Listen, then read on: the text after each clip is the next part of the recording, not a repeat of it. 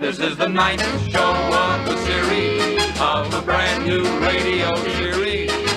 From Hollywood, we present the Stan Freberg Show. With the music of Billy May. Plus the songs of Peggy Taylor with Butler, Foray, Peter Leeds, and the Jud Conlon Rhythmaires. You may not find us on your TV, because in case you did not know, we're being brought to you on RADI.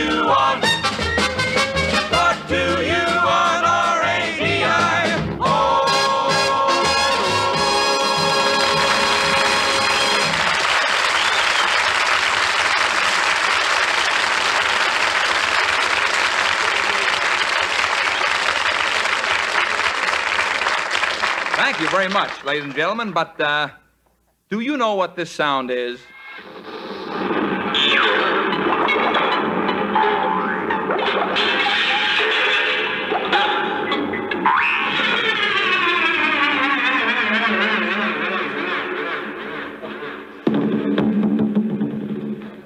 That was a condensed version of the Confidential magazine trial.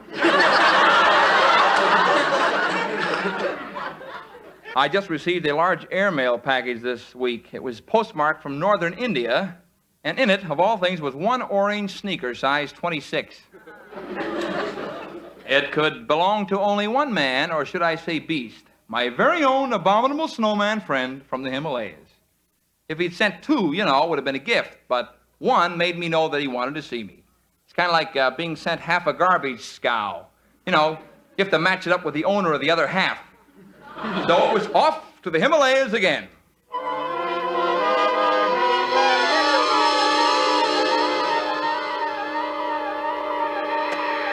I was trudging along at the 20,000-foot level with my tape recorder turned on when suddenly...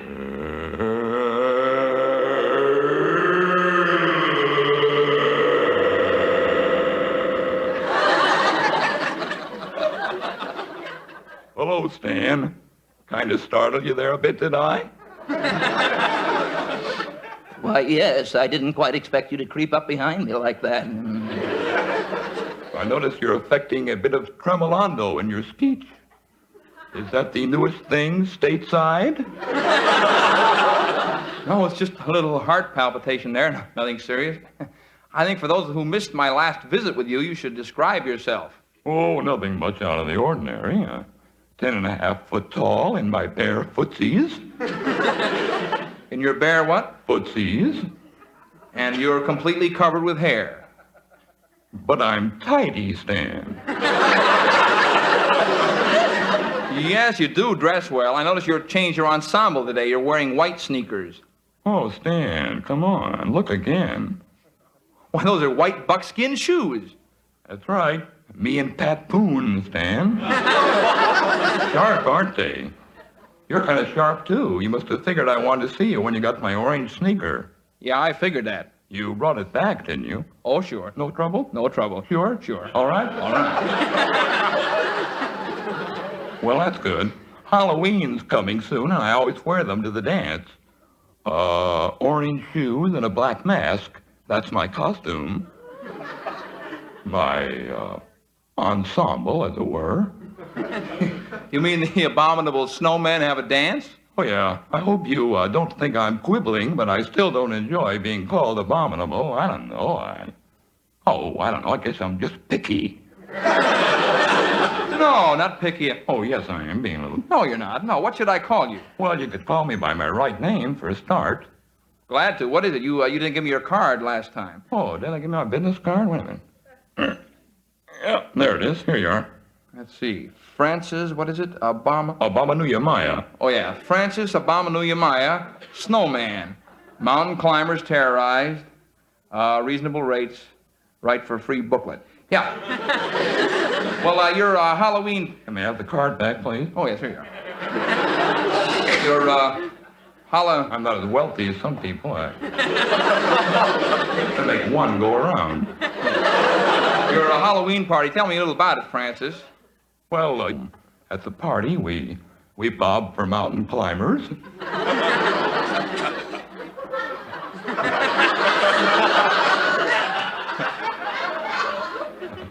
Pin the tail on the timber wolf.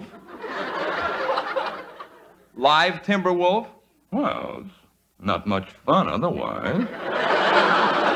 And you dance, do you? Oh, certainly. We have a sharp little combo.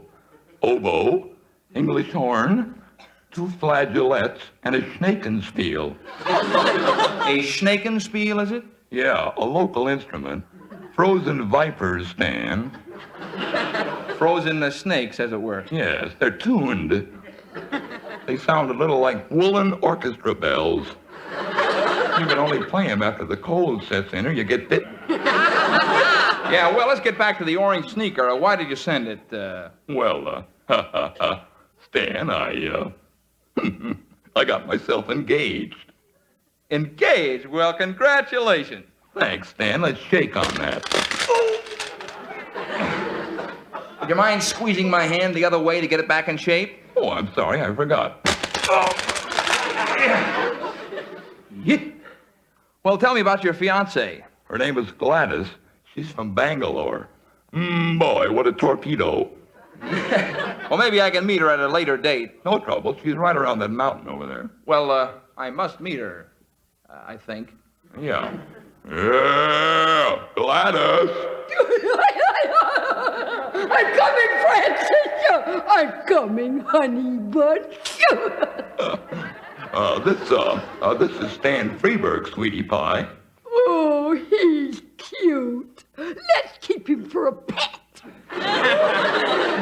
Anything your little heart desires. Yeah, well, we could put a collar and a leash on him and make a run for him in the cave. Oh, sure, honey. He can be a pet for you while I'm working. Yeah, well, I sure am honored by all this attention, but I have to get back to CBS, you know. Oh, you'll be happy here. We'll feed you good. No, I hate the interview and run, but I can't stay, even with a collar and a leash. What Gladys wants, Gladys gets. Oh, come on, Stan. No, I will not. I'll hold my breath till my face turns blue. Well, good. That'll just match your eyes. Well, Stan, I thought you'd be flattered. I wanted to give you the Gladys for a wedding present. No, if you don't let me go, I'll tell my friend Pat Boone not to autograph your white buckskin shoes. You wouldn't do that. Oh, yes, I would. I'd do just that. You would? I would. Do you think he means it, dear heart? I wouldn't take a chance, Francis. What about the wedding? Well, it depends. Do I come as a guest or a gift? I'll speak to Dad. Francis, you're going to give him a little something to remember us by, aren't you? Oh, sure, honey. Just shut your eyes, Stan. We want this to be a surprise. Don't we, honey? Oh, yeah. It's just a little something to remember us by. Well, there's no need to. No. Close your eyes. Close your eyes, Stan. We'll sneak up behind you. Here you are, Stan.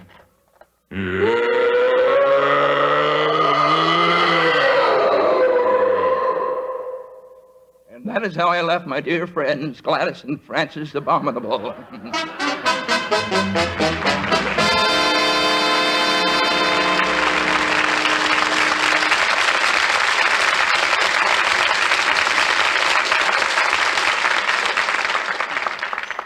I suppose many of you who listen and fidget during our historical sketches have considered us asking us pointedly, where do you get that stuff? Well, I'll tell you where we get that stuff. From our historical research man, and here he is, Mr. Robert E. Tainter.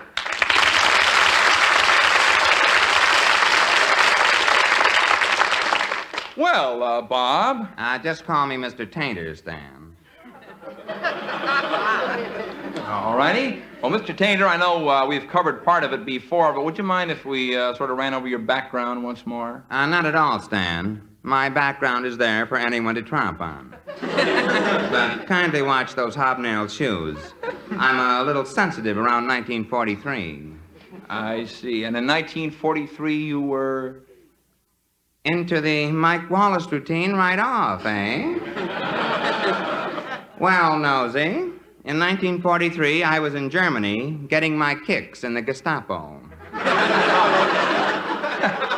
Well, that must have been nice. Well, it was different, Stan. Different. Change of pace never hurt anyone. Never hurt anybody. Couldn't hurt. In going through their files, Stan, I came upon this sidelight to our own Revolutionary War.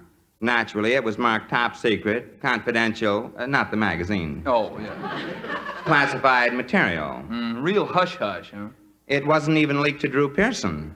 Think of that. No, this report was dated January 1780 in New Jersey from the commander of Hessian Expeditionary Forces on the banks of the Delaware. 1780. Look, you're not suggesting there was any hanky-panky about Washington crossing the... I think we better forget this week's expose, Mr. Tainter. The DAR plays rough, you know. Now, don't worry, Rough. Stan. General Washington is as clean as the bomb. You remember, Stan, the famous painting showing Washington crossing the Delaware? Clean as the bomb. Yes.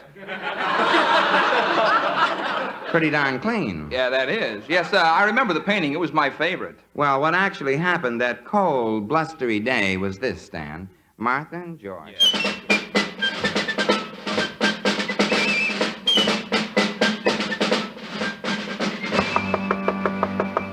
Oh, say, Martha, Yes, George? will you get the door, please? I can't right now, George. I've got to watch my fudge. Watch your fudge. Well, what's so big about watching fudge? Well, somebody in the family's got to make some money. You've been redlined for the last 6 months. Oh, don't rub it in. All right, I'm coming. Yes. Hey, General Washington? Yes. Lieutenant Wright reporting, sir. Well, lad, don't stand outside and freeze. Come inside and freeze. Hey, yes, sir. Now then, Wright. Oh, sir, I have just returned from patrol with a detachment of men, sir. Oh, my poor men. They must be freezing in their worn, threadbare greatcoats and those silly three-cornered hats. I never liked them. Never cared. Hey, yes, sir, General. And their poor feet, no shoes, wrapped in rags. Yes, sir, just rags. Well, if we can't look like soldiers, at least we can act like soldiers. Tell them to polish those rags. Hey, yes, sir. We've captured a prisoner, sir. We think he's a spy, sir. Spicer? What's a spicer? I mean, we think he's a spy. Yep. Watch your military courtesy, Wright. You should always say sir when you address a superior officer. Yes, sir. We think he's a spy, sir. Spicer? What's a spicer? I pass, sir. What's a passer? Well, Pastor, it's like Van Brocklin, sir. He plays with the Los Angeles Rams, sir. Oh, yeah. What's a ram, sir? Well, sir, maybe I'd better go out and come back in, sir. No, that won't be necessary. Look, let's take a look at the fellow, Lieutenant. Okay, sir. Never mind. If he is a spy, we'll give him a short shrift. And in this weather, even a long shrift would be pretty chilly. All right, Martha. Yes, George? Come on, I've got to go out and inspect the troops. Fine, George. Well, aren't you coming in to say goodbye? Well, not now, George. My Pinocchio is just starting to set. You and your puppet. Oh, she's a great little woman, Lieutenant, but business. All business. Let's go. Sergeant Crossington, Yes, sir? bring up the men. Yes, sir. Detachment, plan, hut, forward, hard. Attachment! Halt! All right. Who's the wiseacre with taps on his rags? That's me, sir, Lieutenant, sir. Nailed down some taps. Nail down some taps? What in the world for, Crossington? Well, General, sir, once in a while I start to break into a little soft shoe routine. You know, to keep me warm. But nailing them on, doesn't it hurt? No, sir. Only when I do splits. Well, take the men down to the river, Sergeant Crossington. Get the boats ready. Lieutenant Wright and I will interrogate the prisoner. Yes, sir. All right? Attachment for the right flank, forward. Up, 2, 3, 4, up, 2, 3.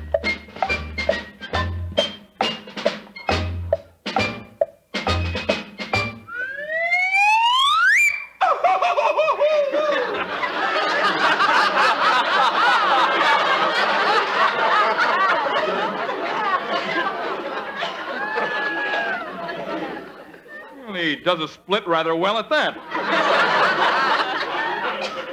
Very nice. All right, prisoner, step forward and give an account of yourself. Jawohl, General. Hoo-hoo-hoo! This must be the place! General Washington. Well, right? Right, yes. Well, we start painting right away. Painting what? General, you are getting ready to cross the Delaware. This is a historic moment. I got to paint it. How do you know it's a historic moment? I looked in the back Back of of the book, yeah. You're a painter, are you? Jawohl. I am Heinrich Flugelmann, painter. Well, we're under the impression that you're Heinrich Flugelmann, spy. What do you think of that? It's a pretty thick accent you got. Well, it's the thinnest I could get. What are you, German? Ugh, nein. Austrian? Nein. Dutch? Nein. Burlesque? Nein. I am a Swiss. A Swiss? Yeah, that way we don't offend nobody.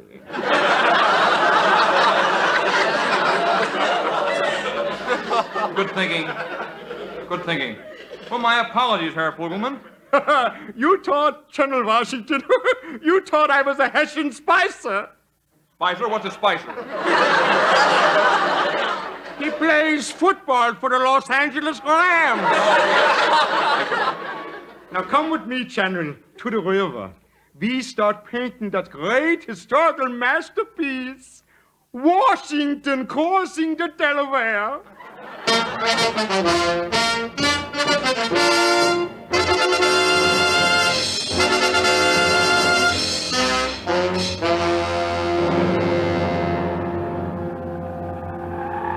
Lieutenant Wright, sir? Yes, Sergeant Crossington. I thought this was supposed to be a picture of General Washington in the boat. It is, Sergeant, but you can't expect the general to hang around here while Flugelmann is just painting in the background. No, sir. I guess I just lost my head. Yeah, I guess you did.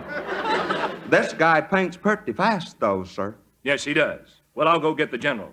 Sergeant, look at the men. Some of them are frozen, all bent over. Get them straightened up there in the boat. Yes, sir. And Crossington, Yes, sir. look at that ice. It's filthy. Get out there in the boat and get it cleaned up before the general gets here. Do you hear me, Crossington? Yes, sir. I'll clean it up right away, sir. I'll do that. Oh, General Washington. Yes, coming, Lieutenant. Oh, look! Just take a look at this picture, General. It's my masterpiece. You never looked nobler. But, Mr. Flugelmann, you made a horrible mistake. Yes, I didn't even get in the boat. The whole picture is a historical goof. You mean? Yes. You haven't painted Washington crossing the Delaware at all. It's Crossington washing the Delaware.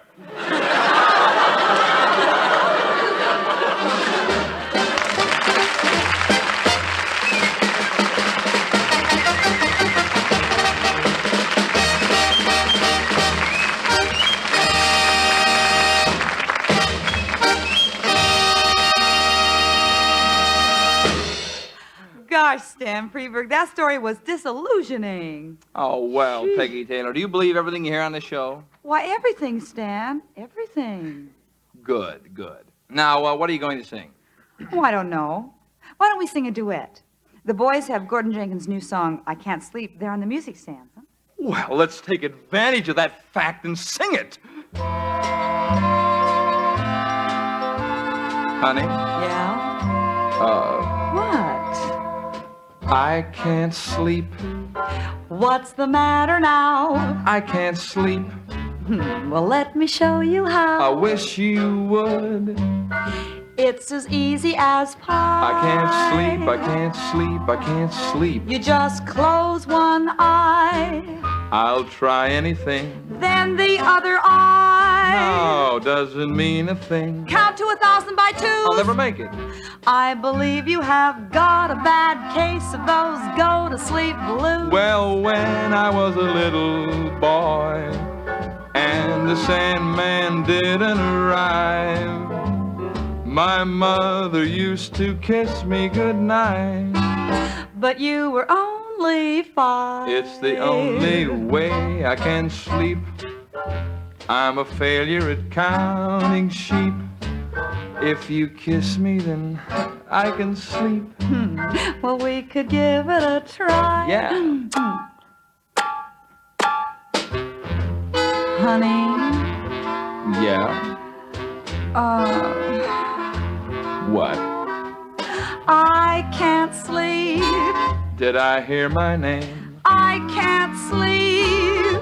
That's an awful shame. Well, what'll I do? Pull the window shade down. I can't sleep, I can't sleep, I can't sleep. You just close one ear, Close one ear, okay.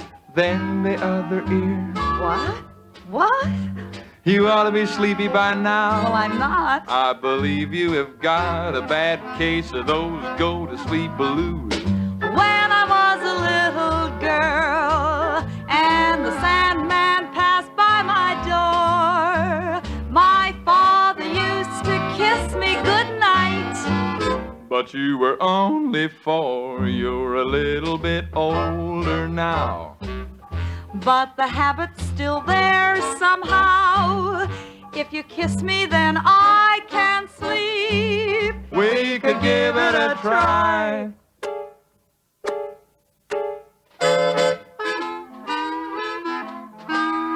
Good night.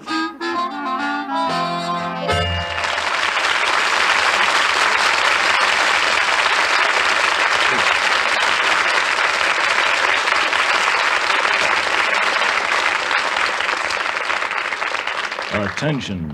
Through a new electronic discovery, we are able to pick up the first television program actually being broadcast by Moon people.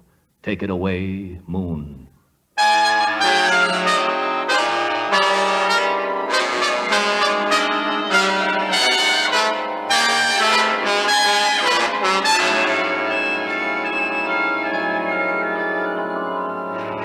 And with the playing of that familiar theme, it's time for another visit with the Moon's favorite couple, Ralph and Alice.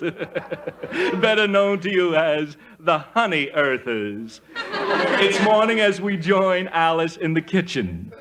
Oh, the earth shines bright in my... Sit down and eat your breakfast, Ralph.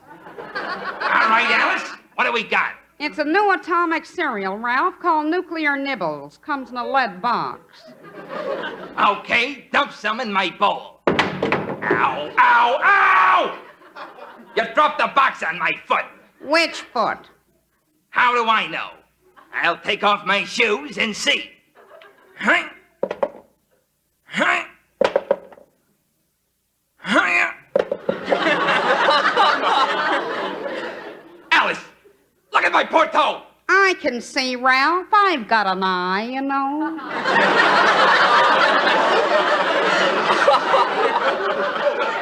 Oh, you're a dandy. One of these light years, Alice. One of these light years, pow, right in the antenna. Oh, Ralph. I may lose a toe. So what? So what? It takes a half an hour to grow a new one.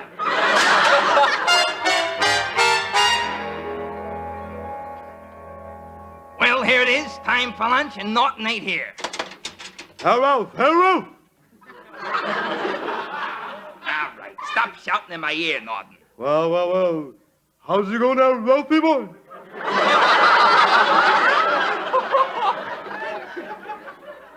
Terrible. I had a fight with Alice. How can I square myself with it, Norton? Well, how long you and Alice been married, Ralph? 300 light years. Okay. So how come in all that time you never took Alice on a honey earth? Norton, what a great idea. When I get home tonight, I'll tell her we're going on a honey earth. That's your five out. You're a sweet kid. Now let's... Be that as it may, now let's see what Alice gave me for lunch. Ow! What's the matter, Ralph? I dropped the lead bag on my foot. Atomic chicken livers again, eh, Ralph? Oh, hardy, har. Well, that's 2 feet gone. Now I only got 1 good foot left to drive with this afternoon. Gee. What a job. All day long, it's come on, folks, move to the back of the rocket ship. Yeah, that's rough, Ralph. Well, I'll unpack lunch. Hold this ketchup, Nodden. Sure thing, Ralph. You know, it's a small moon. You complaining about your job. All right, hold the salt. Okay. Because I'm getting pretty fed up working down on that green cheese mine. Hold the mustard, will you? Okay. When I get to work, I'm green cheese from heads to foot. Shee. Hold the Tabasco. Okay, Ralph. Hold the mayonnaise, will you? All right, Ralph. I only got 4 hands, you know.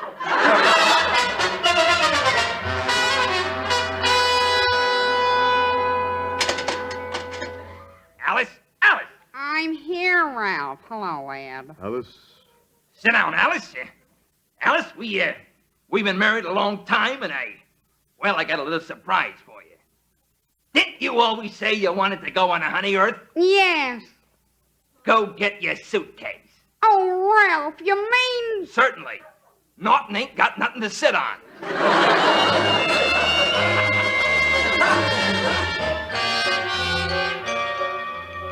What's that racket?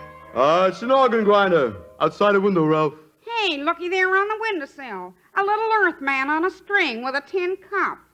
Gee, look at him. He's got 2 legs, 2 arms. 2 eyes, 2 ears, a mouth and a nose, and a pinstripe suit. And only 1 head. Take a look, Norton. I can't look at him, Ralph. He's too gruesome.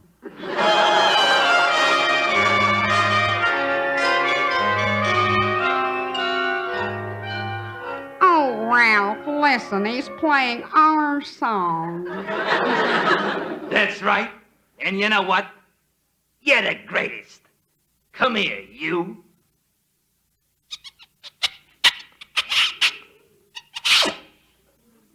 Did you like that?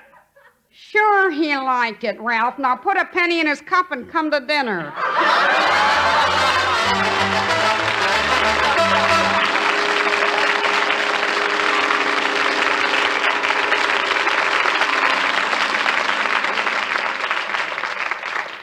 Thank you. Well, we're still having trouble in presenting tap dancing around the world. As you know, we want to get all the people in the world tap dancing together at a given moment. But we've run into a little snag. Meanwhile, we'll all be back next week with many surprises, including a vocal group called the Toads, who are going to help me sing Shaboom. Meanwhile, if you'd like to see our show, just write CBS Radio, Hollywood, California for tickets. Until next week, this is Stan Freberg saying thanks for being with us. God bless you and good night.